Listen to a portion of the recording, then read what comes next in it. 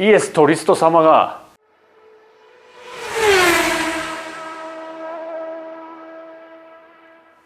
こんにちは、アンディです。今日は座学ということで CBR1000WR、MKR っていうコードなんですけども SC82 エンジン鳴らしについて語りたいと思います。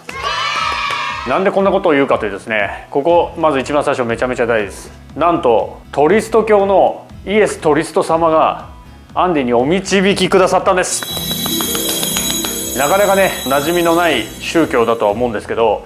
昨日 SC82、現金で購入しましたっていう動画を上げて床に着いたところ、なんかね寝てたらねみたいな感じでなんか降臨してきたんですよ。あなたは誰ですかって聞いたら、いやなんか俺はトリス教のイエス・トリスト様だと。トリス教なんか初めて聞きましたけどって言ったら、いやお前普段の行いがいいからちょっと教えてやるよって言って教えてくれた内容です。いいですか、これ大事ですからね。トリスト教のイエス・トリスト様がお導きくださった内容ですということで、そこをちょっとね念頭に置きながら話を聞いてください。これ大事ですからね。最初ねエンジン鳴らしって多分新車で買うと結構みんな気になると思うんですけど、今回の MKR SC82 ですねはエンジン鳴らししてください。何キロ必要かというところは1000キロです。新車で納入してから1000キロは鳴らしが必要ですと。エンジン鳴らしに最適なオイルっていうのが入った状態で工場から出荷されてきてます。なんで下手にね、例えばモチュールの 300V の高いやつとかニューテックとかなんとなく入れたい気持ちになると思うんですけど、もういきなり抜いていいオイルで鳴らしをした方がいいんだっていう考え方も一個あると思います。実際にそういう風にやってる人もよく聞くんでね。ただ今回の SC82MKR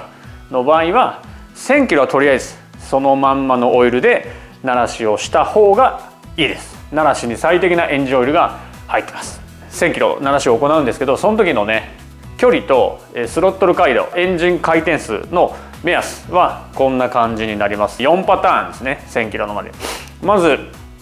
納車されたてほやほやから50キロまでは6000回転以下をキープ、かつスロットルのこっちのアクセルの回路はね 25% 以内、この2つを守ってくださいよと。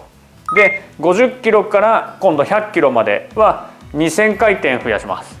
エンジンの回転数は2000回転増やして OK なんだけど、スロットル回路はやっぱり 25%、4分の1ですねまでに抑えてください。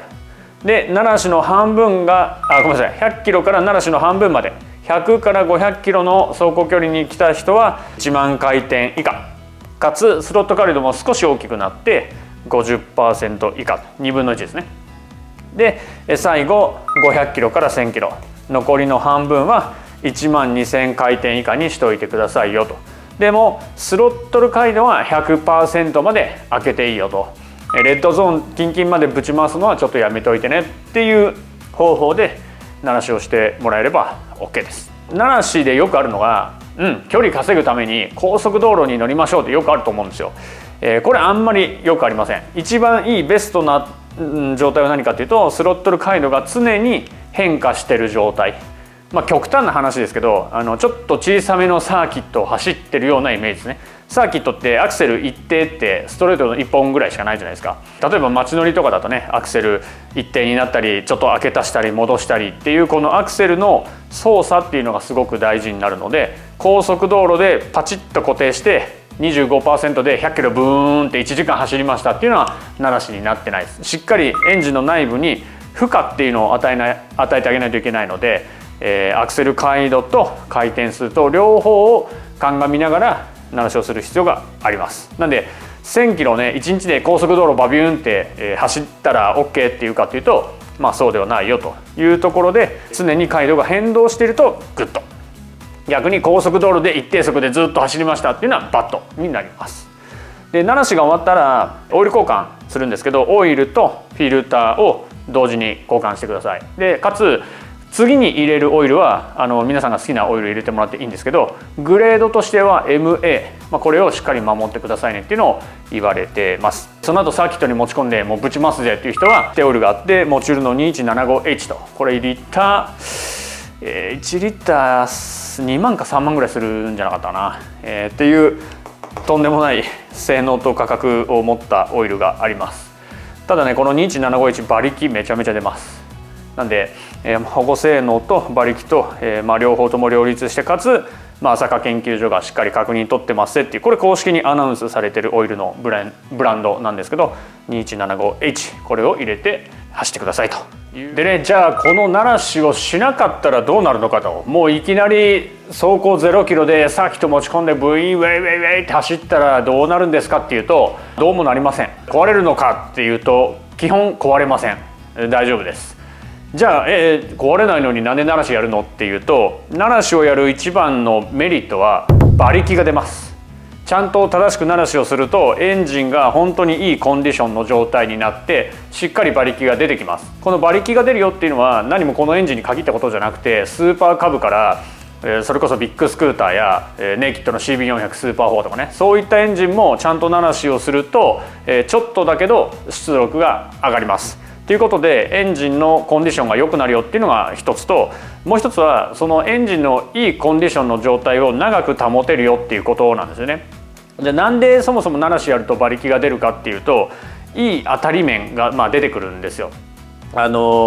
エンジンオイルで中ビタビタに浸されてるんですけど、ちょっとずつ削れる部分と削れない部分っていうのがあって、その金属がうまく削れてくれると結果的に動きやすい状況、滑りやすい状況とか、摩擦が低減される状況っていうのをエンジン自らが作り上げてくれて、その状態を長く保たせてあげるとコンディションのいい状態が長持ちしますよということで、自分のね新車で買うぐらい愛着のあるオートバイだったら多分みんないいコンディションを長く保ちたいと思うので、それをするにはこの条件で鳴らしをしてあげるとベストですと。トリスト教のイエス・トリスト様が昨日日頃の行いのいいアンディに夢の中で降臨してきて導いてくださったお話であったということをお忘れなきをお願いします。ではまた次の動画でお会いしましょう。さよなら。ゴボレッチ。